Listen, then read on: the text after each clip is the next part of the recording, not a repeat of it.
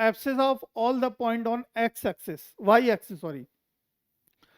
अगला प्रश्न है कि abscissa of all the point on the y axis, y axis के हर पॉइंट पर एब्सिसा का मान क्या होगा।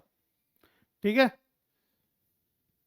देखो एब्सिसा आप लिख लो इस बात को, abscissa of all the point, all the points on the x axis, on the y axis will be 0।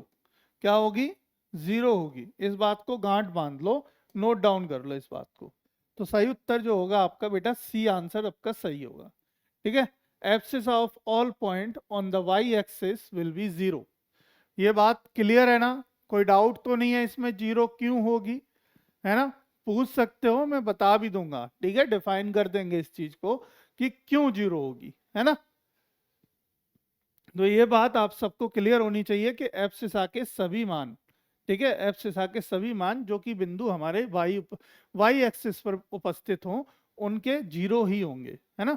Y मतलब कह सकते हो कि हमेशा देखो दो बातें याद रख लो, एक्स एक्सिस पर कोई बिंदु है तो वाई का मान 0 होगा, वाई एक्सिस पर कोई बिंदु है तो एक्स का मान 0 होगा, राइट।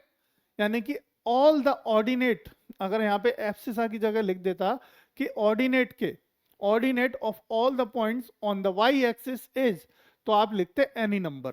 ठीक है, क्या करते, एनी नंबर।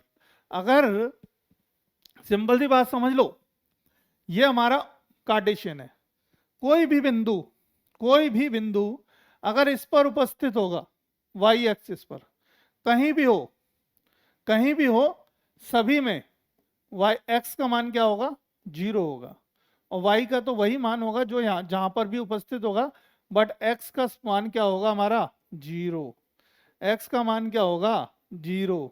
बात आ रही है समझ में या नहीं आ रही है। और जहां जहां भी एक्स पर कोई भी बिंदु उपस्थित हो, एक्स पर कोई भी बिंदु उपस्थित हो, वहां पे आपका क्या होगा, सॉरी ये मैंने देखो उल्टा लिख दिया, कुछ गड़बड़ी कर दी हमने।